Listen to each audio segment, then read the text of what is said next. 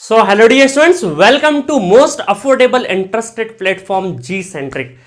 तो आज हम लोग एक ऐसे सब्जेक्ट के बारे में बात करेंगे जिसको लेंथ वाइज बहुत ही बड़ा माना जाता है, जिसके नाम से स्टूडेंट कई बार घबराने लगता है कि पावर सिस्टम हमें नहीं आता। जी हाँ, सही सुना, मैंने उसका नाम ले ही लिया है जिसका नाम है पावर सिस्टम। इस सब्जेक्ट को अगर सीखना है ना तो आपको कम से कम कुछ फंडामेंटल नॉलेज होना चाहिए, कुछ बेसिक चीज़ों का नॉलेज होना चाहिए। और इसमें ये सब्जेक्ट कम से कम 3 to 4 सब्जेक्ट का नॉलेज मांगता है, like control system, network, electrical machine, ठीक है। और इनको बहुत ही क्रिएटिव फॉर्म में पढ़ना पड़ता है अगर इस सब्जेक्ट को वाकई किसी एग्जाम के लेवल पे, किसी कॉम्पिटिटिव एग्जाम्स के लेवल पे अगर हमको प्रिपेयर करना है तो। क्योंकि इस सब्जेक्ट की सबसे बड़ी क्या बोल सकते हैं हम लोग, आयरनी ये है कि इसके अंदर टॉपिक्स बहुत है। इसके अंदर टॉपिक्स है तो स्टूडेंट्स कई बार कंफ्यूज हो जाते हैं कौन से टॉपिक को हमें ज्यादा प्रायोरिटी देना है, कौन से टॉपिक को कम प्रायोरिटी देना है। तो मैं जी सेंट्रिक ऐप पर बहुत ही क्रिएटिव फॉर्म में, बहुत ही मजेदार तरीके से, बिल्कुल बेसिक से लगाकर एडवांस तक इस सब्जेक्ट को डील कर रहा हूं। और काफी स्टूडेंट बहुत ही अच्छे से एंजॉय कर रहे हैं इस सब्जेक्ट को। काफी क्रिएटिव फॉर्म में बना रहा हूं कि किस तरीके से एक कॉम्पैक्ट इंफॉर्मेशन के साथ, जितनी हमें किसी कॉम्पिटिटिव एग्जाम्स के लिए लाइक गेट, ईएससी, एसएससी, किसी कॉम्पिटिटिव एग्जाम्स के लिए अगर हमें जाना है तो उसके लिए कितना नॉलेज की रिक्वायरमेंट है। जरूर नहीं कि आपको ये पूरा का पूरा बुक के बुक आपको आना चाहिए, जरूर नहीं है, बिल्कुल जरूरी नहीं है। कौन से एग्जाम्स में कौन से टॉपिक का इंपॉर्टेंस ज्यादा होता है, इसका आपको अगर थोड़ा भी इल्म है तो आप बहुत ही अच्छे से इस टॉपिक को सीख सकते हैं।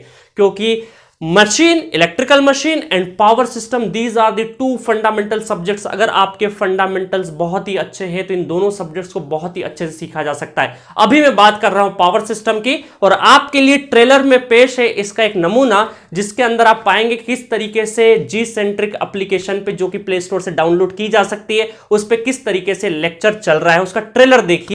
आपने पहली बार ये टर्म नहीं सुनी है, इससे पहले भी आपने इलेक्ट्रिकल इंजीनियरिंग कर रहे हैं। तो जब भी आपने पहले सेमेस्टर में एडमिशन लिया होगा तो आपकी बेसिक इलेक्ट्रिकल इंजीनियरिंग में या फिर नेटवर्क में, बेसिक नेटवर्क जब सॉल्व करे होंगे तो वहां पर भी active, reactive, complex, apparent power, voltage magnitude, load angle और वोल्टेज मैग्नीट्यूड के बारे में हो सकता नहीं सुना। वोल्टेज का मतलब तो समझा ही, सुना ही होगा आपने। वोल्टेज ही पढ़ाऊंगा मैं आपको, बहुत बेसिक से पढ़ाने वाला हूं।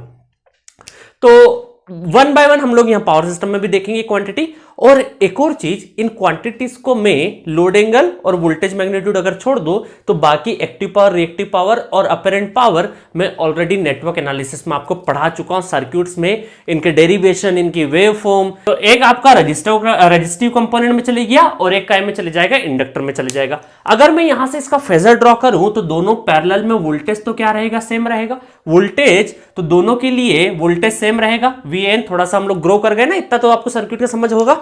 तो यहां से हम लोग क्या बोल देंगे कि मान लीजिए फेजर बनाता मैं, तो ये हो गया मेरा Van रेफरेंस, क्योंकि दोनों में कॉमन क्या है, वोल्टेज कॉमन है तो रेफरेंस हो गया। अब मैं एक चीज बताता हूं आपको कि मैंने बताया था आपको कि रजिस्टर कंपोनेंट में सिर्फ और सिर्फ क्या जाता है, एक्टिव पावर जाता है, और बाकी इंडक्टर हो या कैपेसिटर हो, दोनों में क्या जाएगा, रिएक्टिव पावर जाएगा।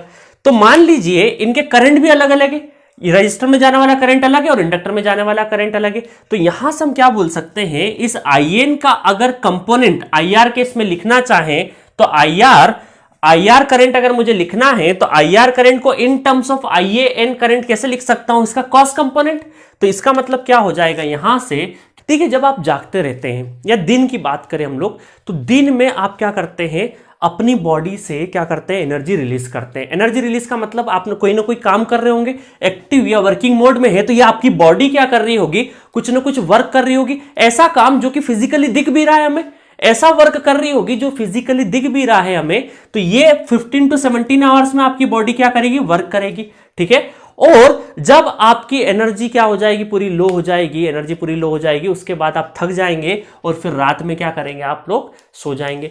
जब रात को आप सो रहे हैं तो आपका जो बॉडी है वो स्टेशनरी मोड में है, अनटिल अनलेस आप करवट पलटते हो, तो थोड़ी देर के लिए आप करवट नहीं बदल रहे हो, ऐसे करके सो गए हो चुपचाप से, तो आपकी बॉडी क्या है, रेस्ट में है। तो हमारी body is like a power system, ठीक है। और उसी बॉडी से मैं पूरा पावर सिस्टम यहां पर रिलेट करने वाला हूं, और क्यू एक्सेस पे टेक्निकल टर्मिनोलॉजी में, इलेक्ट्रिकल इंजीनियरिंग में क्या क्या होने वाला, सब पे मैं बात करूंगा।